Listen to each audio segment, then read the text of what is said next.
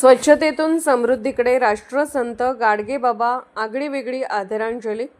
सांगली जिल्हा प्रतिनिधी हरुण नालबंद. बोरगाव तालुका वाळवा जिल्हा सांगली येथे भारतातील पहिले स्वच्छतेचे जनक राष्ट्रसंत गाडगेबाबा महाराज यांच्या 150व्या जयंती वर्षाचे औचित्य साधून स्मशानभूमी स्वच्छता व प्रबोधन चळवळीचे प्रणेते स्मशान यात्री चंद्रशेखर तांदळे यांनी लोकसहभागातून कब्रस्तान व परिसरात स्वच्छता मोहीम यशस्वीपणे राबवली.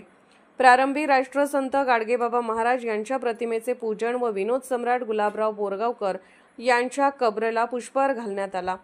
ग्रामसेवक आर.पी. राजपूत साहेब आझाद उर्फ पापा जमादार, उपसरपंच सचिन देसाई, माजी उपसरपंच सचिन पाटील, माजी उपसरपंच पैलवान विकास अण्णा पाटील, मनसूर मुल्ला, युनुस मुल्ला, अझरुद्दीन जमादार, प्रदीप पाटील, मुरलीधर शिंदे तात्या, युसुफ जमादार, माणिक नाईक, शफी जमादार, ऋषिकेश पाटील यांनी स्वच्छता मोहिमेमध्ये सहभाग घेतला.